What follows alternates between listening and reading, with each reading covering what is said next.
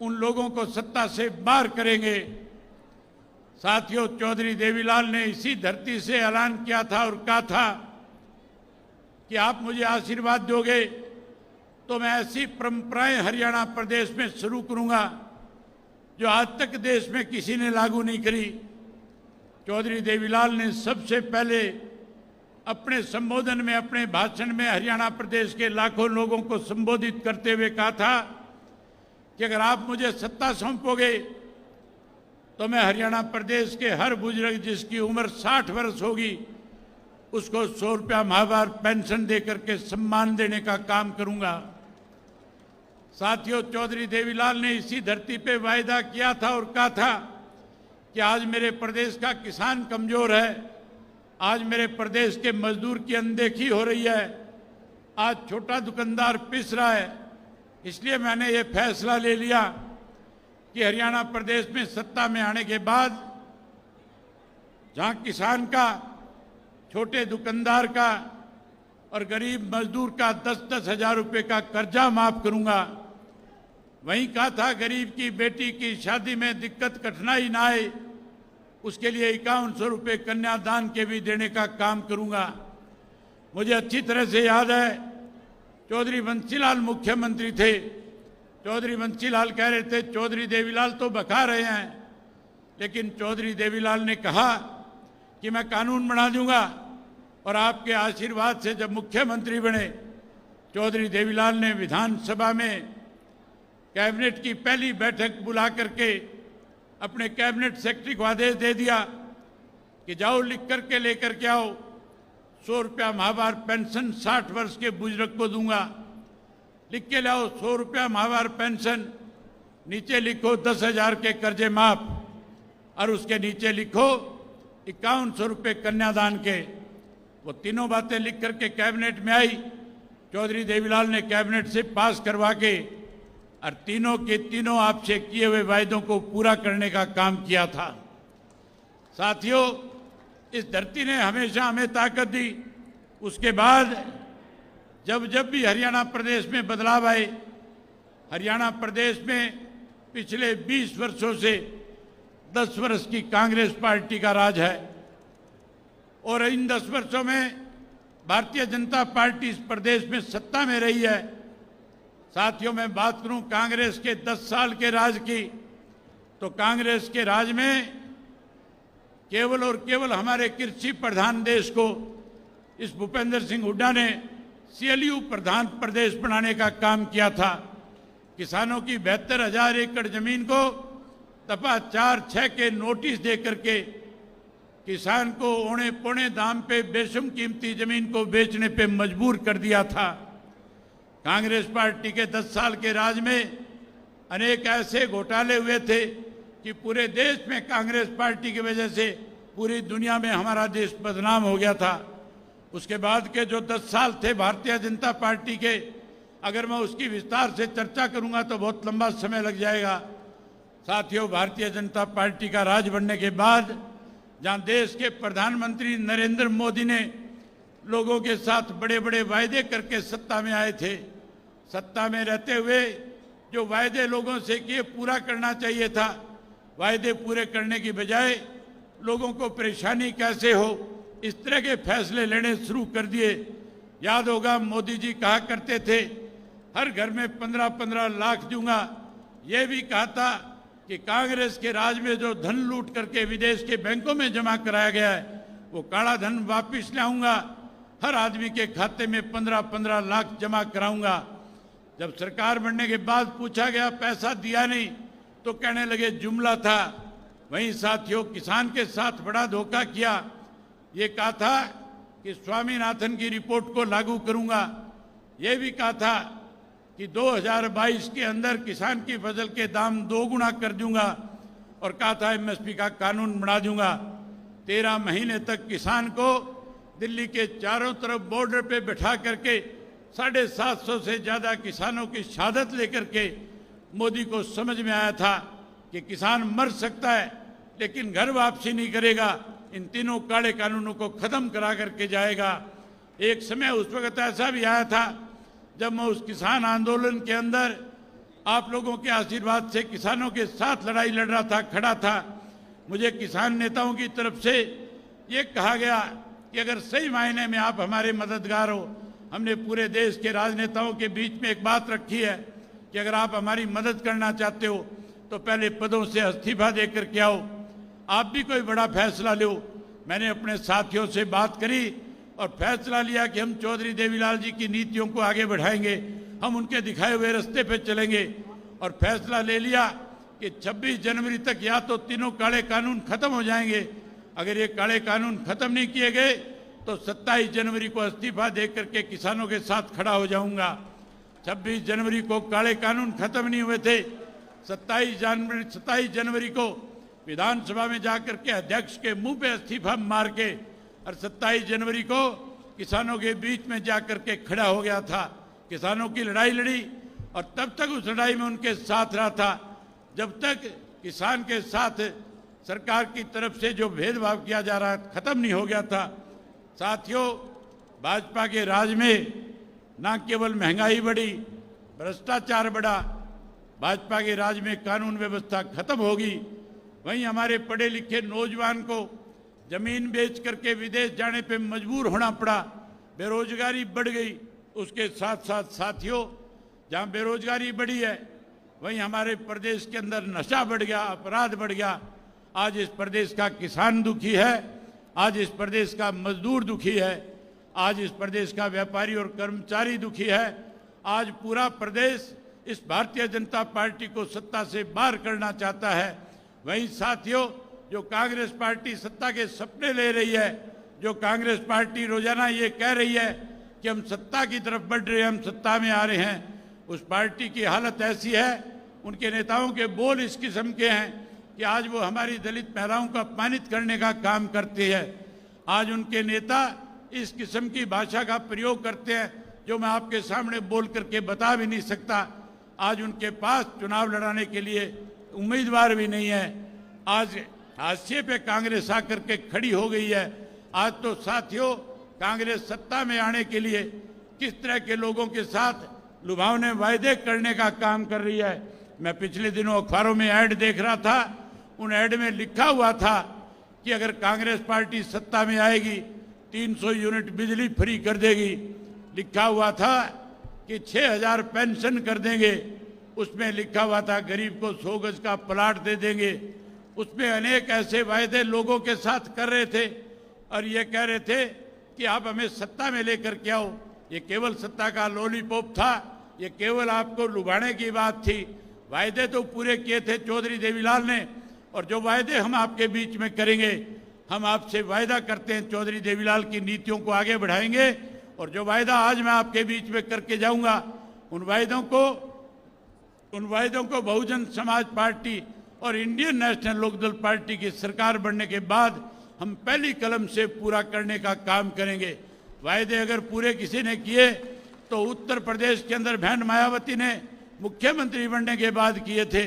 जहां गरीब को नौकरी दी, वहीं गरीब आदमी को कैसे अमीर आदमी के बरोबर खड़ा किया जाए, इसलिए उन्होंने उनको कम ऋण के ऊपर पैसा दे करके ऊपर आगे बढ़ाने का काम किया था। कैसे गरीब आदमी का उत्थान हो, इसके लिए संघर्ष किया, लड़ाई लड़ी थी। आज जो वायदे मैं आपके बीच में करूंगा, आप हमें सत्ता में लेकर के आओ, सरकार बढ़ाओ। आपकी सरकार बनने के बाद जो बातें आज मैं आपके बीच में कह करके जाऊंगा, उनको पूरा करने का काम करूंगा। साथियों, मैं आपसे एक बात कोई भी वायदा आपसे करने से पहले आपसे एक बात पूछना चाहता हूं।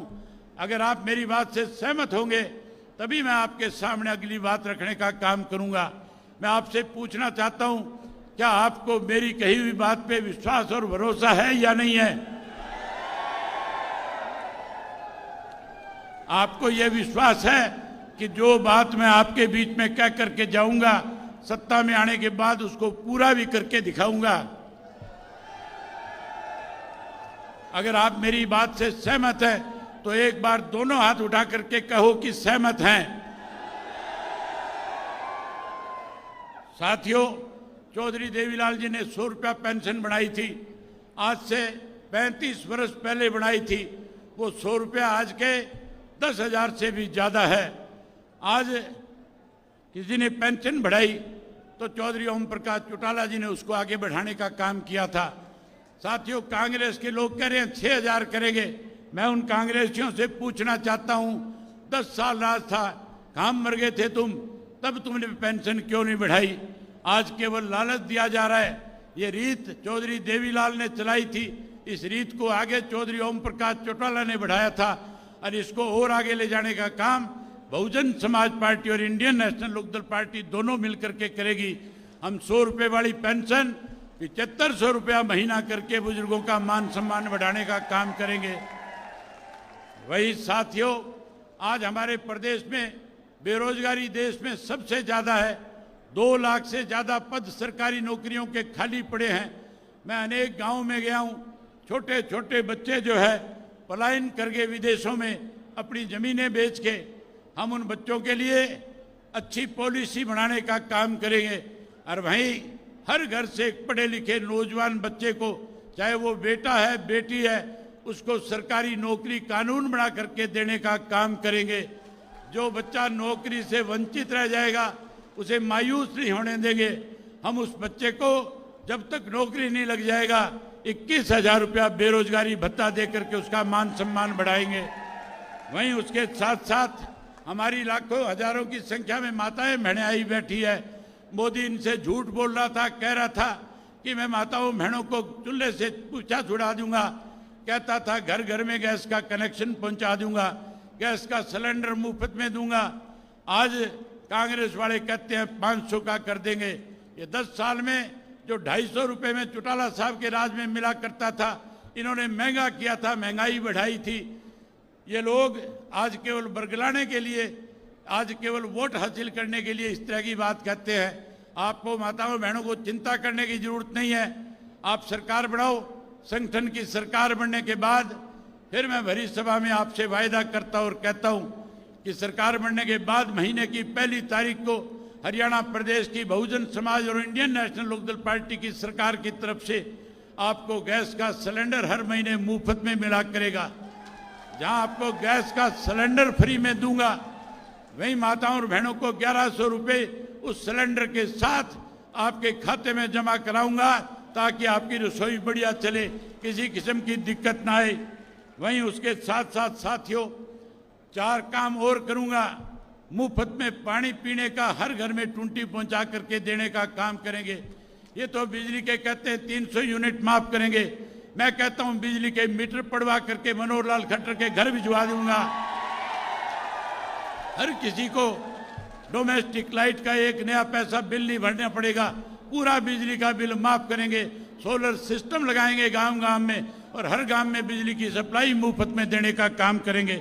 वहीं उसके साथ साथ ओल्ड पेंशन स्कीम को भी लागू करेंगे। जिस कांग्रेस ने ओल्ड पेंशन स्कीम खत्म करी थी, मैं कर्मचारियों से कहना चाहूंगा मौका आ गया बदला लेने का, यही तरीका है बदला लेने का। अब आप इसके साथ साथ आपकी पेंशन जहां बहाल करूंगा, वहीं कांग्रेस को सबक सिखाओ जिस कांग्रेस ने आपकी पेंशन काटने का काम किया था। जहां बिजली और पानी मुफ्त करेंगे, वहीं ऐसे स्कूल गांव में बना करके दूंगा कि शहर के बच्चे चल करके गांव के स्कूल में पढ़ने आया करेंगे और शिक्षा मुफ्त में प्राप्त करने का काम करेंगे।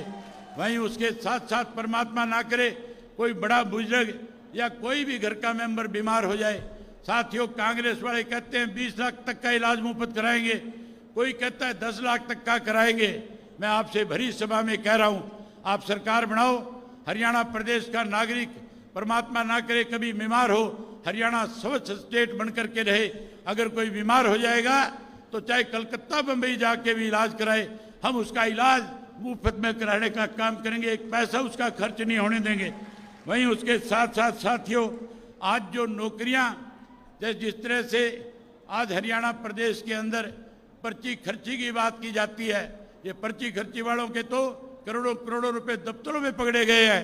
वहीं उसके साथ साथ आज अनुसूचित जाति के लोगों को, आज बैकवर्ड क्लास के लोगों को आज कौशल रोजगार योजना के तहत नौकरी से वंचित किया जा रहा है। हम इस कौशल रोजगार योजना को खत्म करेंगे, पक्की नौकरी का प्रबंध करेंगे।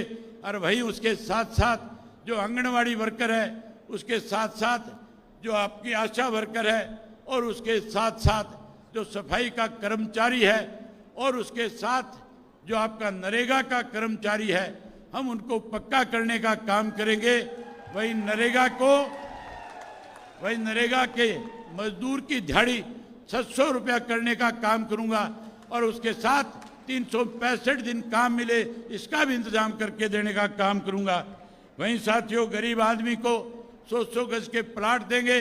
चौधरी देवीलाल आवास योजना के तहत आपको पक्का मकान बना करके भी देने का काम करेंगे।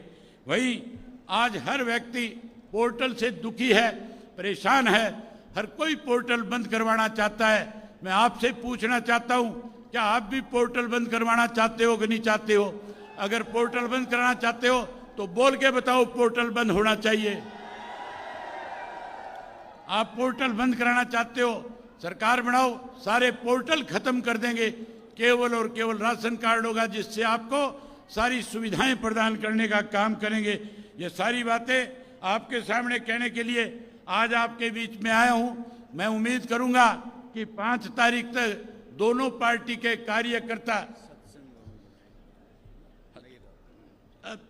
सारे के सारे साथी जो है लगातार 5 तारीख तक एक एक घर में जाएंगे और जो बातें मैंने आपके बीच में कही है उन बातों का प्रचार और प्रसार करेंगे, लोगों का दिल जीतेंगे और फिर से 20 साल का संन्यास खत्म करेंगे और इंडियन नेशनल लोकदल पार्टी और बहुजन पार्टी को सत्ता में लेकर के आएंगे। मैं जब यात्रा पे था, जब मैं परिवर्तन यात्रा कर रहा था, सावन का महीना था, नरवाना विधानसभा क्षेत्र के गांव में आया था। मेरी माताएं बहनें टोलियां बना करके मुझे कभी किसी दरख्त के नीचे बैठे मिल रही थी, कोई मंदिर में बैठी मिल रही थी, कोई किसी दरवाजे में मिल रही थी। मैं उनसे पूछ रहा था कि आप यहाँ बैठ करके क्या कर रही हो?